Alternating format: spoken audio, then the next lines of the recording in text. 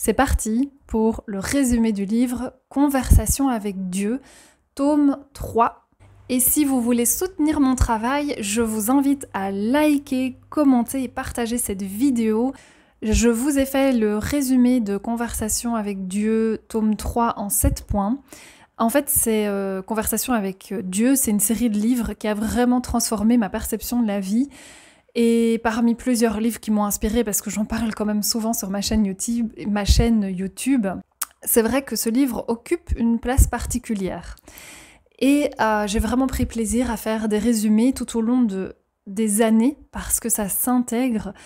J'ai voulu en retirer les enseignements les plus impactants, et en fait ça ne se lit pas d'une traite, et ça ne descend pas en nous d'une traite.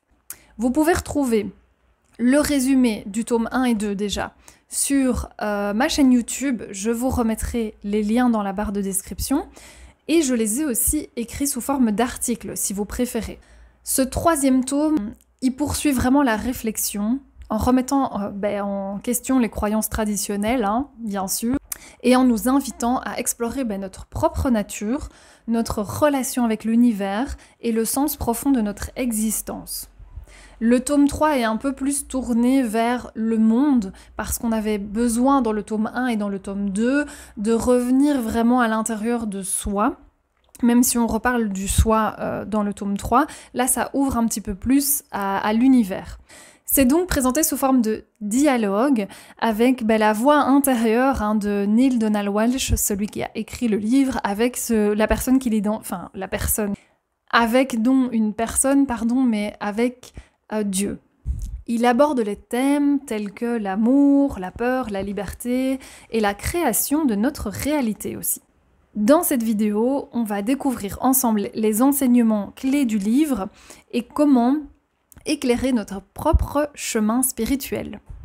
Si vous ne me connaissez pas encore, je m'appelle Valériane, je suis coach de vie et j'adore partager. C'est pourquoi vous retrouverez des vidéos sur YouTube, des articles de blog, car j'adore écrire aussi, et je mélange mes expériences avec les ressentis et la compréhension de ce qui se passe en nous.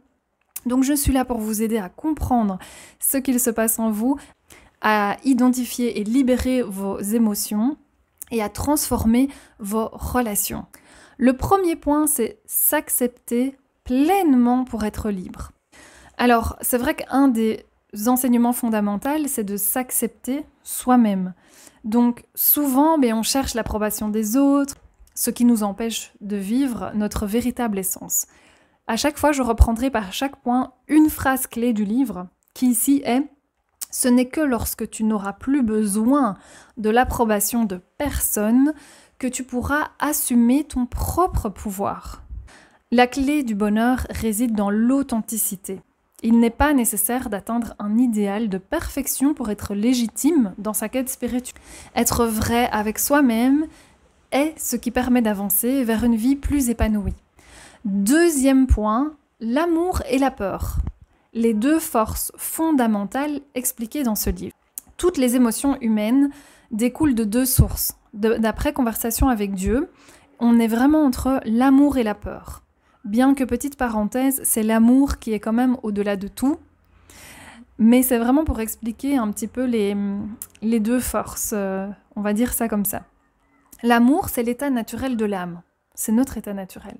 La peur, c'est une construction de l'esprit, tout comme les autres émotions qui peuvent en découler. Donc, nos décisions, nos relations, notre perception du monde sont influencées par ces deux forces. La peur nous enferme dans des schémas limitants, tandis que l'amour nous libère et nous rapproche de notre véritable nature. 3. Le principe du don, recevoir en donnant. Un des concepts les plus puissants du livre et qui m'a aussi marqué, c'est que le don est un moyen d'attirer ce que l'on désire. La petite phrase que j'ai relevée, c'est « Tout ce que tu choisis pour toi-même, offre-le à un autre ». L'univers fonctionne comme un miroir. Ce que nous donnons, nous le recevons. Et si nous voulons plus d'amour, donnons de l'amour. Si nous désirons l'abondance, apprenons à partager. C'est vraiment une loi spirituelle qui transforme radicalement notre rapport à la vie. 4, l'illusion de la séparation. C'est un principe fondamental expliqué dans ce livre parce que l'un des plus gros obstacles à l'éveil, c'est la croyance de la séparation entre soi-même et le divin, entre les humains, entre le corps, l'âme, etc. Toi et moi sommes séparés.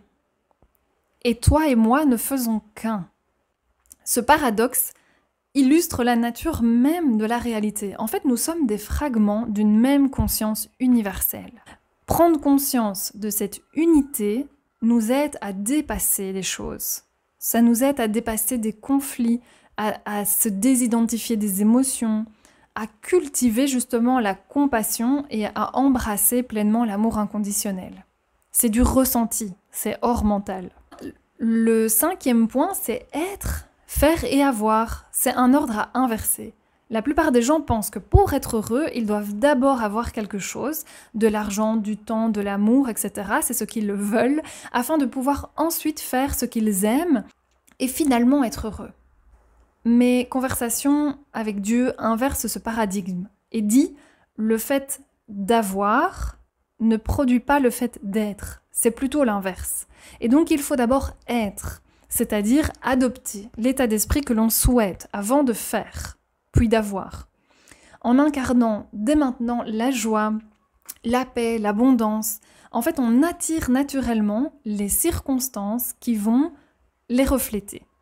Et puis le 6e point, c'est la puissance de la pensée créatrice. Nos pensées façonnent notre réalité. Ce que nous croyons profondément se manifeste dans notre vie. Ce que vous pensez, vous le créez, et ce que vous créez, vous le devenez. Donc il est essentiel de cultiver des pensées positives, d'être aligné avec nos aspirations profondes, et en maîtrisant notre esprit, nous devenons des véritables créateurs de notre expérience. Évidemment, tous les points ensemble font sens dans ce que je viens d'expliquer. Un dernier point qui est essentiel aussi pour moi, c'est que la mort n'est qu'un passage. En fait, l'ouvrage aborde beaucoup aussi la question de la mort sous un angle libérateur. C'est vraiment pour sortir de tout ce qu'on nous a inculqué aussi, en tout cas, nous, en Occident, la manière dont on nous présente la mort. Ce n'est pas une fin, c'est un retour à l'unité. C'est une transition vers une autre forme d'existence. L'âme ne meurt jamais. Elle continue son chemin, apprenant et évoluant sans cesse. Cette perspective-là permet d'aborder la vie avec plus de sérénité et de ne plus craindre la disparition du corps physique. Bien que, quand il y a la disparition d'un proche, évidemment, on peut ressentir des émotions, on peut ressentir des choses qui se passent en nous. Mais à nouveau, en prenant en compte chaque point et en se désidentifiant de tout ça, en reprenant confiance en la vie, en comprenant comment le monde est créé, cela nous permet de quand même vivre ça avec plus de sérénité. Et évidemment, il ne faut pas enfouir tout ce qu'on ressent, mais l'accueillir. Comme petite conclusion, je dirais que c'est pas un livre religieux, c'est vraiment un appel à une prise de conscience beaucoup plus large. Je vous invite vraiment à le lire en entier parce que c'est différent de le lire pour soi que d'écouter un résumé ou de lire un résumé. Parce qu'il y a énormément de choses qui peuvent descendre en vous. Ça nous invite vraiment à redéfinir notre relation avec nous-mêmes, mais aussi avec les autres et avec l'univers. Donc, choisir à chaque fois l'amour plutôt que la peur, donner ce que nous voulons recevoir, avec amour évidemment, être reconnaissant de notre pouvoir créateur, on peut vraiment changer et transformer radicalement notre existence. Est-ce que toutes ces idées résonnent en vous? Est-ce que vous les expérimentez déjà, cette façon de voir le monde? Est-ce que c'est quelque chose qui est déjà fluide pour vous? Dites-le moi dans les commentaires, avec plaisir, on échange sur ce sujet qui me passionne. On se retrouve très bientôt pour d'autres sujets inspirants sur ma chaîne YouTube. N'oubliez pas de vous abonner et je vous dis à bientôt, bye bye!